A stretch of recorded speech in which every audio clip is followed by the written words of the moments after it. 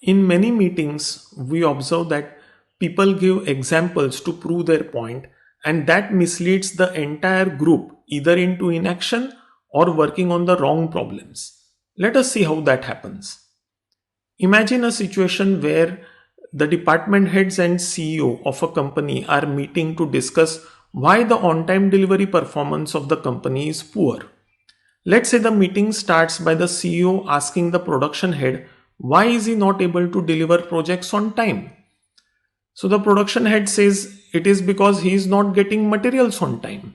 And then he goes ahead to cite an example, let's say of project A, where the assembly time required was 20 days and he got the materials just 4 days before the promised delivery date. So how can he deliver on time? So the attention then shifts to the procurement head. The procurement head invariably will counter this by saying that, okay, there are 5-10% cases where materials are delayed. But then he will give an example where, let's say of project C, where all materials were delivered 4 days before the planned date of receiving materials and still the project got delayed. So like that, each person has got examples to prove their point and the meeting just keeps shifting from one example to another example, leading nowhere. So this causes a lot of wastage of time of everybody involved, and many times the meeting also ends without any conclusive action points. This can be prevented by having a clear understanding of when should we accept an example and when should we not accept an example and ask for statistics or Pareto analysis. Example is acceptable when we are trying to discuss proof of concept. For example, let's say the purchase head says that not a single job is ever delayed because of materials getting delayed. To prove that statement wrong, even one example of a project getting delayed because of materials is enough.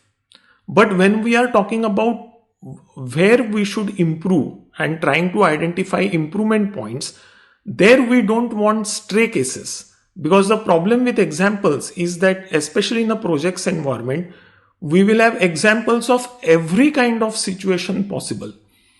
So we don't want to work on stray cases because we'll get very little return on investment. Whatever time and efforts invested in solving that problem, the benefit to the company will not be as much. So we require to identify problems which are happening repeatedly so that whatever effort is put in, the gains for the company are much bigger. So next time when you are in a meeting and you hear somebody give an example, immediately you should think that are we discussing a proof of concept kind of point, or are we trying to identify improvement areas?